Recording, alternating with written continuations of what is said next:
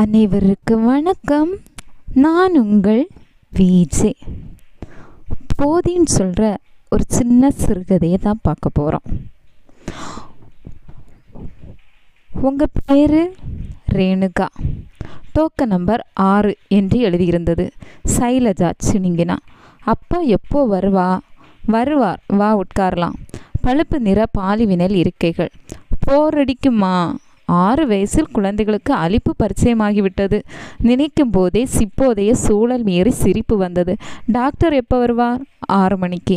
உன் டோக்கன் என்ன நம்பர்? எங்கே காட்டு. தொலைச்சிடக்கூடாது. மஞ்சளில் சதுரமாய் வெட்டப்பட்ட கிளினிக் சீல் பதித்த டோக்கன். எழுதியிருந்த பெயரை படித்தாள் சைலஜா. ரேணுகா. அப்பா நிஜமா உனக்கு தானா டாக்டர் என்றது சைலஜா.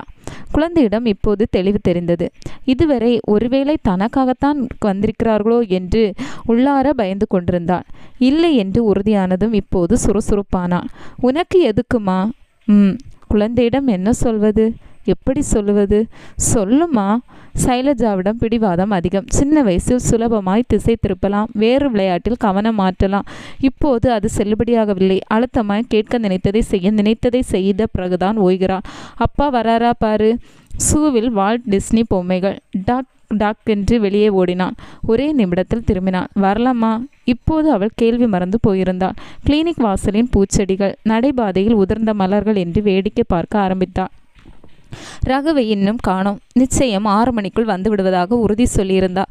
மணி இப்போது 6ஐ நெருங்கி கொண்டிருந்தது. டோக்கன் நம்பர் 6 தான். டாக்டர் வந்து 5 நபர்கள் போக எப்படியும் அரை மணிக்கு மேலாகும்.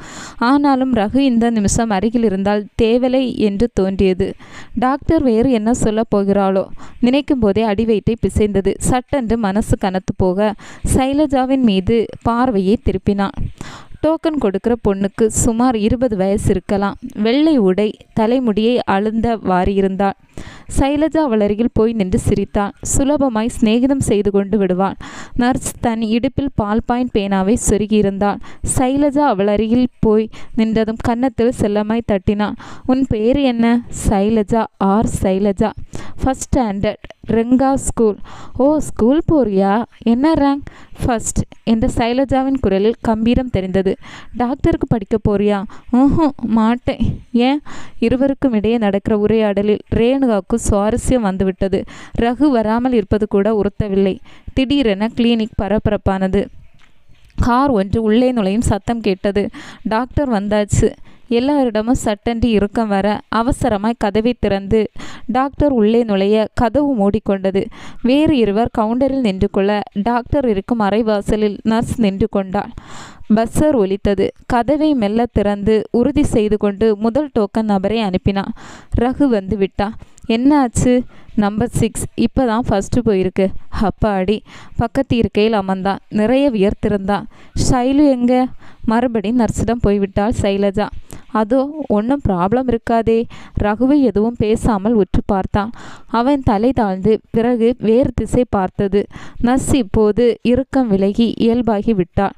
ஏன் டாக்டருக்கு படிக்க மாட்டேன்? சைலஜாவிடம் மறுபடி பேச ஆரம்பித்து விட்டான். பிடிக்கல. அதான் ஏன்? அம்மா வயிற்றுல ஒரு குட்டி பாப்பா இருக்கான். அதை உங்கள் டாக்டர்கிட்ட காட்டி அழிக்க போகிறாங்களாம்.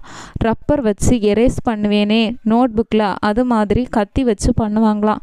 என் ஃப்ரெண்டு ஸ்ரீராம் தான் சொன்னான். ஸ்கூலில் அவங்க அம்மாவுக்கும் அப்படித்தான் பண்ணாங்களாம். பாவம் இல்லை பாப்பா. நான் டாக்டராக மாட்டேன்பா.